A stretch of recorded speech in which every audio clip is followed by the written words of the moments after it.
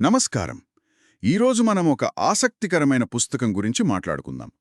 వైదిక రశ్మి విజ్ఞాన్ వేద్ కా యథార్థ్ స్వరూప్. ఆ నమస్కారం. అవును, ఈ పుస్తకం మన దేశ చరిత్రలో ఒక క్లిష్టమైన సమయం గురించి, అంటే విదేశీ దండయాత్రలు, అంతర్గత గొడవలతో భారతదేశం కాస్త బలహీనపడిన కాలం గురించి మొదలుపెడుతుంది. అవును, ఆ సమయంలో సరైన దిశానిర్దేశం చేసేవాళ్లు, ముఖ్యంగా వేద విజ్ఞానం తెలిసిన వాళ్లు కరువయ్యారని ఈ పుస్తకం చెప్తోంది కదా. నిజమే. అంటే చాణక్యుడు, కబీరు, గురునానక్ లాంటి గొప్పవాళ్లు ఉన్నా వేదాల అసలు సారం తెలిసిన పండితులు లేకపోవడం ఒక పెద్ద లోటు అని రచయిత భావిస్తున్నారు. హ్మ్. ఈ జ్ఞానలోపమే చాలా సమస్యలకు కారణమని వాళ్ళ అభిప్రాయం అన్నమాట. సరిగ్గా. మరి సరిగ్గా అప్పుడే కదా స్వామి దయానంద సరస్వతి వచ్చారు గుజరాత్ నుంచి. అవును, స్వామి విరజానంద సరస్వతి దగ్గర శిష్యరికం చేశాక ఆయనకర్థమైందేంటంటే దేశం ఇలా అవడానికి కారణం వేదవిద్య పోవడమే అని. ఓ, అంటే ప్రాచీన వైభవానికి కారణం వేదజ్ఞానమే అని ఆయన గట్టిగా నమ్మారు.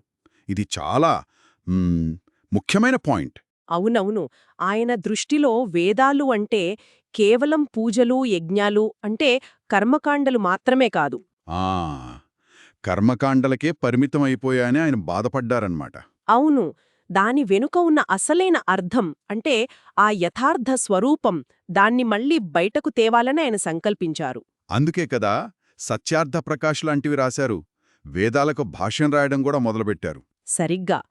తన భాష్యం గనక పూర్తయితే ప్రపంచానికి సూర్యకాంతిలాంటి జ్ఞానం వస్తుందని ఆశించారు. కానీ ఆ పని పూర్తి కాలేదు కదా. దానికి అంటే 4 వేదాలకు భాష్యం రాయడానికి అంత సమయం దొరకలేదాయనకి. నిజమే. కేవలం ఒక 7-8 సంవత్సరాలే సమయం దొరికింది. అందుకేనా ఋగ్వేద భాష్యం కూడా మధ్యలోనే ఆగిపోయింది. అంటే 7వ మండలం 62వ సూక్తం 2వ మంత్రం వరకే ఉందంటున్నారు. అవును, అది కూడా పూర్తి వివరంగా కాకుండా సంకేతప్రాయంగా, అంటే హింట్స్లాగా ఉందట.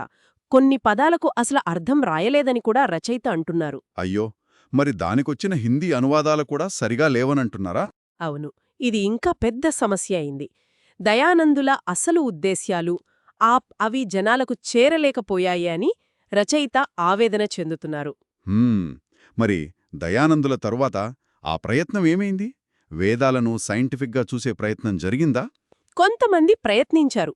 పండిత గురుదత్ విద్యార్థి లాంటివాళ్లు శాస్త్రీయంగా చూడాలని అనుకున్నారు, కానీ పాశ్చాత్య సైన్స్కి ఒక సవాలు విసిరే స్థాయిలో చేయలేకపోయారని రచయిత అభిప్రాయం. అయితే ఆ తర్వాత ఆర్య సమాజం కానివ్వండి, స్వామి శ్రద్ధానంద్, లాలా లజపత్రాయ్ లాంటివాళ్లు సంఘ సంస్కరణ, స్వాతంత్ర్యం కోసం పోరాటం, వీటిమీద ఎక్కువ దృష్టి పెట్టారు. అంటే వేదాల లోతైన శాస్త్రీయ విశ్లేషణ అది కొంచెం పక్కకు వెళ్ళిపోయిందనమాట.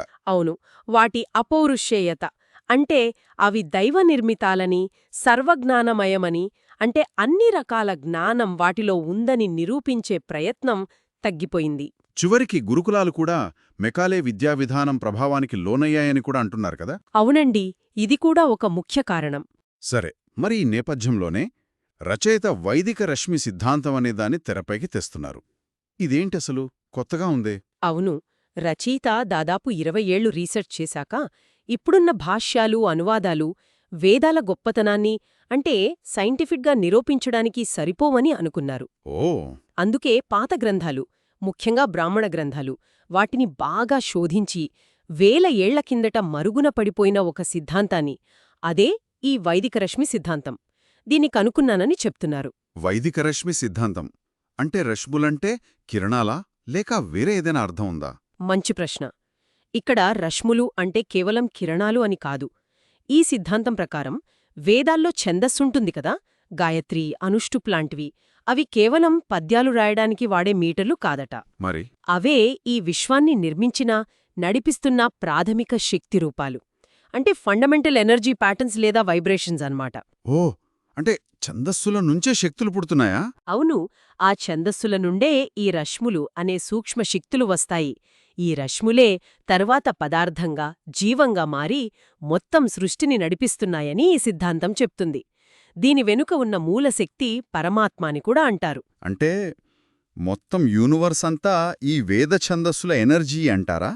ఇది మోడర్న్ సైన్స్కి ఎలా భిన్నంగా ఉంది? రచయిత ఏమంటున్నారంటే మోడర్న్ సైన్స్ ఎక్కువగా మ్యాటర్ అంటే పదార్థం మీద ఫోకస్ చేస్తుంది కదా. అవును. కానీ ఈ రశ్మి సిద్ధాంతం శక్తి, వైబ్రేషన్స్ ఆధారంగా సృష్టిని వివరిస్తోంది. ఇది ఇంకా సూక్ష్మమైన, లోతైన వివరణ అని. దీని ద్వారానే వేదాలు దైవ నిర్మితమని, వాటిలో సర్వజ్ఞానముందని నిరూపించగలమని రచయిత చాలా గట్టిగా నమ్ముతున్నారు. హ్మ్. ఇది కేవలం ఫిలాసఫీ కాదంటారు, ఒక సైంటిఫిక్ మెథడ్ అంటారనమాట. అవును, వారి వాదన అదే. మరి దీనివల్ల ప్రాక్టికల్గా ఏమైనా లాభాలుంటాయా? అంటే మనకి ఉపయోగపడేవి? ఖచ్చితంగా ఉంటాయని రచయిత అంటున్నారు. ఈ వైదిక రశ్మి విజ్ఞానం ద్వారా సృష్టి రహస్యాలను ఇప్పటి సైన్స్ కంటే లోతుగా అర్థం చేసుకోవచ్చట. ఓ. అంతేకాదు, పాత చరిత్ర సంఘటనలు ఎంతవరకు నిజమో కూడా విశ్లేషించవచ్చని, వేదాల్లోని సైన్స్ని తప్పులు లేకుండా ప్రపంచానికి అందించవచ్చని అంటున్నారు. భవిష్యత్తులో దీని ఆధారంగా ఒక కొత్త విద్యా విధానం కూడా తీసుకురావచ్చని ఆశిస్తున్నారా? అవును, ఇప్పుడున్న ఎడ్యుకేషన్ సిస్టమ్ కంటే ఉన్నతమైన వైదిక విద్యా విధానం రూపొందించవచ్చని ఆశిస్తున్నారు. కానీ దీనికి చాలా రీసెర్చ్, వనర్లు కావాలి. భారతదేశాన్ని బౌద్ధిక దాస్యం నుండి, అంటే ఇంటలెక్చువల్ స్లేవరీ నుండి బయటపడేయాలనుకునేవాళ్లు దీనిపై దృష్టి పెట్టాలని కోరుతున్నారు. మొత్తం మీద చూస్తే వేదాలను కేవలం మంత్రాలు, పూజలకే కాకుండా వాటిలోని సైన్స్ని, ఫిలాసఫీని మళ్లీ బయటకు తేవడానికి ఈ వైదిక రశ్మి సిద్ధాంతం ఒక దారి చూపించగలదని ఈ పుస్తకం చెప్తోందన్నమాట. అవును, వేదాల మీద ఇది ఒక కొత్త ఆలోచనను రేకెత్తిస్తుంది. సరే, ముగింపుగా ఒక ప్రశ్నతో ఆపుదాం. వేల ఏళ్ల క్రితం మరుగున పడిందంటున్న ఈ రశ్మి సిద్ధాంతం నిజంగా విశ్వం గురించి, మన గురించి ఇప్పటి సైన్స్ చెప్పలేని విషయాలు చెప్పగలదా? తయా, ఈ ఆలోచనలతో ఈనాటి మన చర్చను ముగిద్దాం.